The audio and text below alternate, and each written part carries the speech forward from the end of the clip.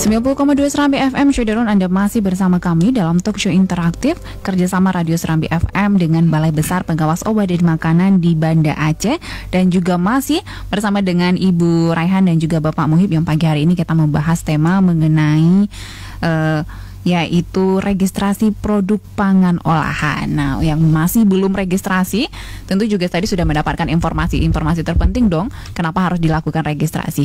Nah, terkait dengan produk produk pangan olahan ini sebenarnya selama ini pengawasan dan pembinaannya seperti apa sih? Mungkin Bu Raihan bisa menjawabnya. Apa yang dilakukan selama ini? Ya, yang kami lakukan di Dinas Kesehatan itu pengawasannya itu ada yang pre-market, ada yang post-market. Nah, yang pre-market itu tentunya sebelum dia beredar. Pengawasan yang kita lakukan lebih terkait dengan dalam rangka penerbitan nomor PIRT-nya. Jadi sebelum diedarkan, sudah layak edar belum nih? Kalau belum layak edar, nilainya belum mencapai 50, belum mencapai level 1 dan 2, nah itu kita tahan. Kemudian juga ada pengawasan post-market. Pengawasan post-market ini adalah untuk produk-produk yang sudah beredar di pasaran, tentunya yang sudah memiliki nomor PIRT. Mereka sudah memiliki nomor, mereka masih menjaga mutu tidak? Masih menjaga aman tidak dari bahan-bahan yang berbahaya. Jadi seperti itu.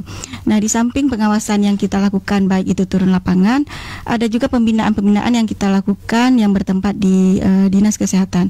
Jadi semua PIRT yang sudah memiliki nomor itu kita panggil. Jadi pemiliknya itu penanggung jawab produknya kita panggil untuk kita lakukan pembinaan, kita lakukan refreshing ilmu lah seperti itu, juga terkait dengan jika ada regulasi-regulasi yang baru yang harus kita share kepada mereka seperti itu. Baik, jadi jangan sampai merasa happy, aman dan senang ketika sudah dilakukan registrasi, karena bisa saja dilakukan sidak begitu ya untuk mengecek apakah mutunya masih tetap terjaga seperti awal. Jangan sampai nanti di awal mutunya 80, tiba-tiba udah dikurangin aja gitu. Nggak seperti itu juga gitu ya, Bu Raihan. Baik, nah bagaimana dengan BP POM sendiri, Pak? Apakah sebenarnya ada tindakan dari BP POM apabila misalnya ditemukan produk-produk olahan yang di pasaran tapi mutunya sudah dikurangi atau tidak memenuhi mutu, keamanan dan manfaatnya, itu juga kita takutkan merugikan dan meresahkan masyarakat. Baik, mungkin sebelum menjawab itu saya ingin menambahkan Bu Raihan, sebenarnya pengawasan itu bukan hanya di pemerintah saja, tetapi produsen dan juga masyarakat juga bisa wajib melakukan pengawasan. Jadi produsen itu wajib membuat produknya sesuai dengan cara produksi pangan olahan yang baik. Lalu masyarakat juga wajib melindungi dirinya dan juga waktu memilih produk, ingat kalau kami jargonnya ada cek klik.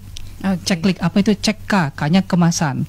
Lalu cek labelnya, cek juga izin edarnya dan juga cek kedaluarsanya. Jadi masyarakat wajib melihat itu ketika akan mengkonsumsi suatu produk. Lalu mengenai tindakan yang dilakukan oleh Badan POM, kami pertama akan melakukan pembinaan terlebih dahulu. Jadi bisa peringatan tertulis, lalu kalau itu tidak bisa juga kita juga ada penarikan pangan dari yang beredar seperti itu ya, juga ada pemusnahan. Lalu juga sementara kita bisa bekukan sarana produksinya sampai dia memproduksi yang baik. Ketika kami uji baru dia bisa membuka kembali sarananya. Lalu juga bisa pencabutan izin edar sampai kami melakukan penegakan hukum gitu, law enforcement, kalau dia tidak bisa lagi dibina seperti itu. Kita kenakan pro justisia sesuai dengan perundang-undangan yang berlaku. Baik, artinya tidak langsung diberikan sanksi dan hukuman, tapi diberikan peringatan tertulis terlebih dahulu. Kemudian juga ada pembinaannya, pengawasannya juga tentunya menjadi pengawasan yang ketat, karena ini kan termasuk makanan yang diolah diasup ke tubuh kita, sehingga tentunya juga akan membuat kita sehat seperti itu ya. Baik, dan yang paling penting juga harus menjadi konsumen cerdas seperti itu ya Pak Muhib. Cek klik tadi. Baik, cek klik. Dan waktu kita juga sudah habis, tapi saya rasa juga semua sudah disampaikan oleh Ibu Raihan dan juga Pak Muhib. Mungkin sebagai closing statement singkat saja Pak Muhib dan juga Ibu Raihan, silakan. Baik, sebagai konsumen kita wajib memilih produk pangan yang aman untuk bagi kita untuk kita konsumsi. Jadi ingat tadi cek klik, cek kemasan, cek label, cek izin edar dan juga cek kedaluarsa. Mungkin closing statement saya mau pantun Ibu. Baik, silakan Bapak. Ikan hiu makan tomat, salam sehat tetap semangat. Baik. Nah, mungkin Ibu Raihan silakan closing statementnya. Ya, jadi semua kreativitas kita juga harus didukung dengan hal-hal yang lain. Dari niat bersih kita untuk memberi yang terbaik kepada masyarakat. Mari awali dengan mendaftarkan tentunya produksi pangannya itu untuk memperoleh nomor PIRT dan sesuai standar yang berlaku di negara kita.